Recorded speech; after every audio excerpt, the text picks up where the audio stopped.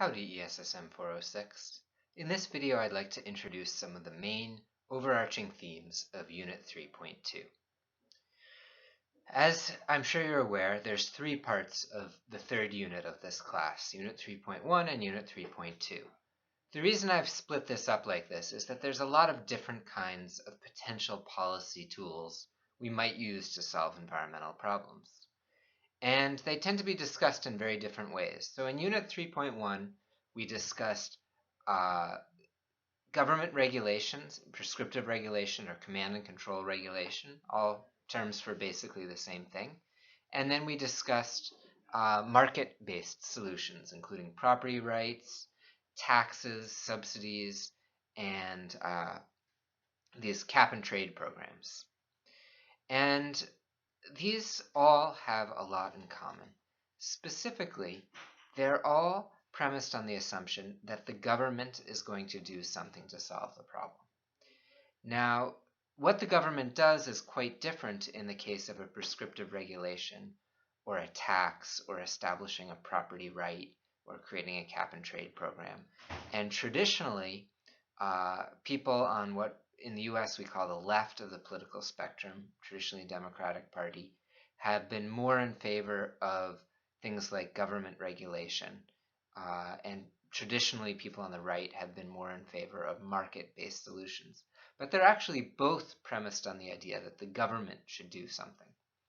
And I think I've warned you in some of my past lectures that you need to be a little careful about accepting these political labels as sort of a gospel truth about the way the world is, because they can be a little misleading. And there's some things that neither party really emphasize. There's other ways of thinking about these problems.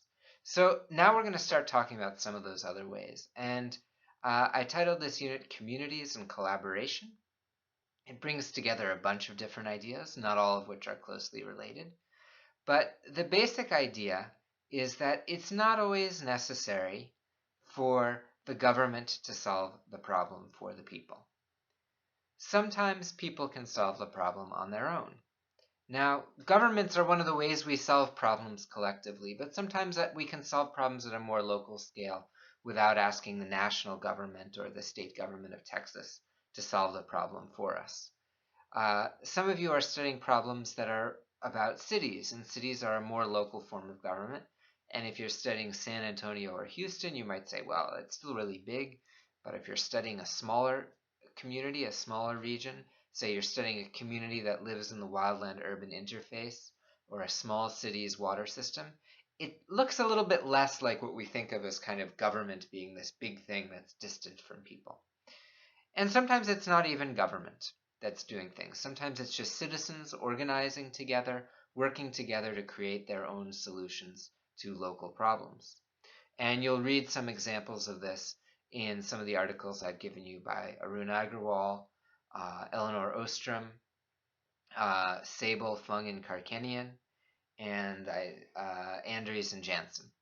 So all of those articles talk about different ways in which local people are organizing. Now, it's important to understand that this organizing doesn't always happen because there's no government. It's not always an alternative to government involvement. In fact, in some cases, it's brought about by government involvement.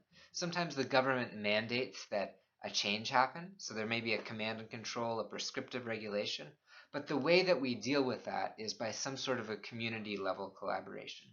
So these aren't oppositions, they're different ways of solving problems. And finally, I've given you a couple articles about different ways to actually bring collaboration about, to make decisions in situations of conflict. And these are the articles by Innes and Boer and Gregory. I was actually trying to get Innes to come and give a talk to our department earlier this fall.